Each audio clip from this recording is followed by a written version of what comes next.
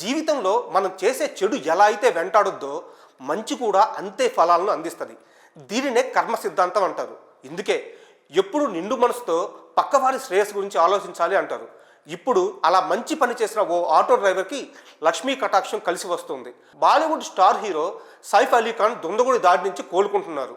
బాంద్రాలోని సైఫ్ నివాసంలో పోయిన గురువారం తెల్లవారుజామున 2:30 దాడి జరిగింది. తొలుత దుండగుడు నటుడి చిన్న కుమారుడు గదిలోకి వెళ్ళాడు. అతన్ని చూసిన కేర్ టేకర్ కేకలు వేసింది.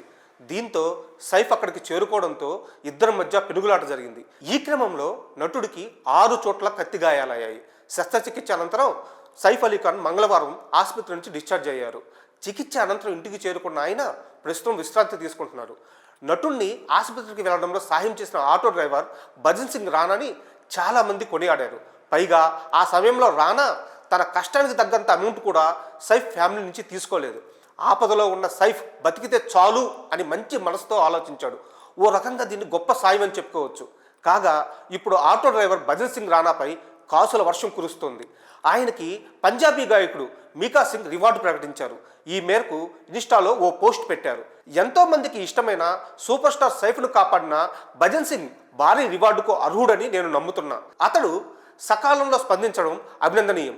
ఎవరికైనా అతడి పూర్తి వివరాలు తెలిస్తే నాకు చెప్పండి. అతడికి ₹1,00,000 బహుమతిగా ఇవ్వాలనుకుంటున్నా అని మీకా సింగ్ పోస్ట్ పెట్టారు. ఇక తాజాగా సైఫ్ కూడా ఆసుపత్రి నుంచి డిశ్చార్జ్ కావడానికి ముందు ఆటో డ్రైవర్ని కలిసి అభినందించారు. క్లిష్ట సమయంలో తనకు సహాయం చేసినందుకు కృతజ్ఞతలు చెప్పాడు.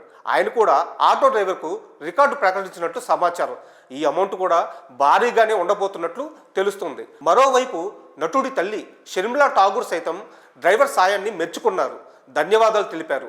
దీంతో ఒక్క సంఘటనతో ఆటో డ్రైవర్ భజన్ సింగ్ రానా జీవితం మారిపోయింది.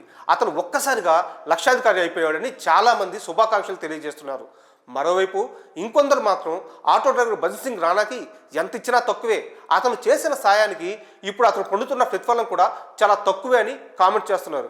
మరి ఈ విషయంలో మీ అభిప్రాయాలను కామెంట్స్ రూపంలో తెలియజేయండి.